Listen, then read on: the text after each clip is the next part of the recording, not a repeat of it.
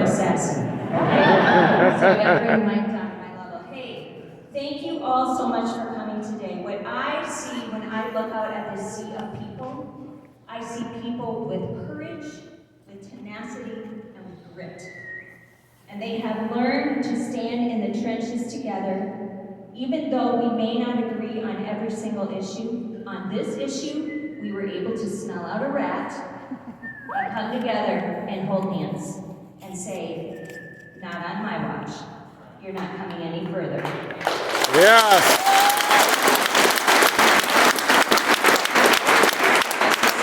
I should say not on our watch, because there was no one person that did this alone. It took a host, it took an army of people. And I will tell you, there are other states that are watching what is happening in South Dakota.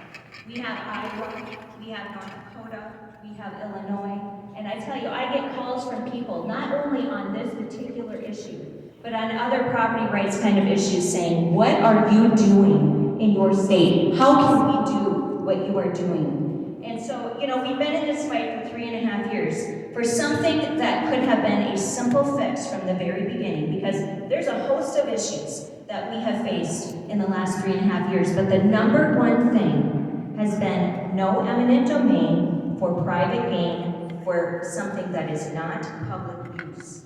So, what has transpired? Like we've heard before, we have individuals that stood up. We had counties and townships that stood up.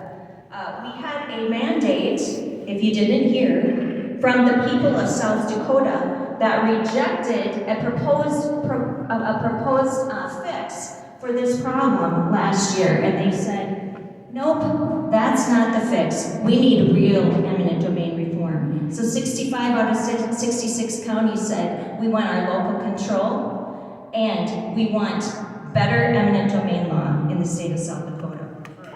Yeah.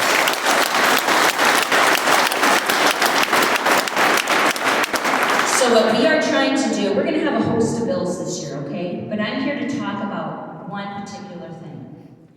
I am here to talk about the bill that I have in my hands. Sorry, I posted a note on there still. And it's time for this bill, because this bill will bring legislative certainty and constitutional certainty to the people of South Dakota, who should not have to have gone through what they went through for the last 3.5 years.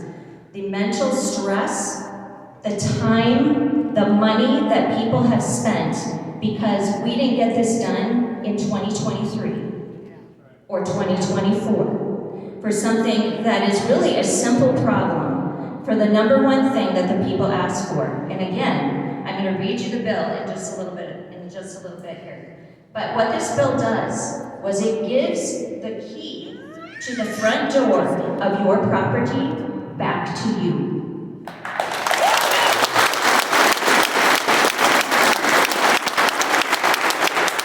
Property owners will be able to say, yes, please enter, let's have a cup of coffee and talk about it. Or they can say, no thank you, please leave. And that's what we need in this state. So here's the bill. It's amazing that 29 words can change the course for property owners in our state. So I'm going to read it to you, and actually it will be released tomorrow on the first day of session. And so your job between now and then is to contact your legislators. When you see this drop tomorrow, you need to contact your legislators for the rest of the week and say, will you please sign on to this bill? And that is what we are going to need this tidal wave one more time to get this through this session. So this is what the bill says. It is an act to prohibit the exercise of eminent domain for the construction of a pipeline that carries carbon dioxide. It reads, notwithstanding the provisions of any other law, a company or person may not exercise the right of eminent domain to construct a pipeline for the preponderant purpose of transporting carbon dioxide. So, this is the wall that we are building.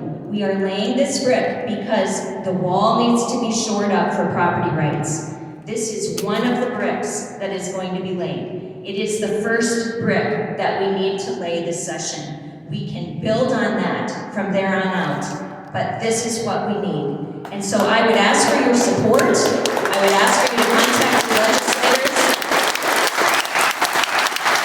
And together, we can finally lay this to rest. Thank you.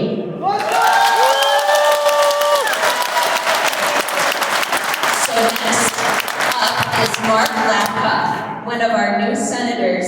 I met Mark way at the beginning of this battle, and he met me, I believe, on the floor of the legislature talking to me about this issue. I'm like, Mark, I'm a rookie. He's like, would you carry this bill? So that was way back with HB 1133, and I will tell you, he has become a dear friend as we have had many phone calls and meetings and slogged through this whole thing together. But boy, what an awesome man, and I am just privileged to call him Senator.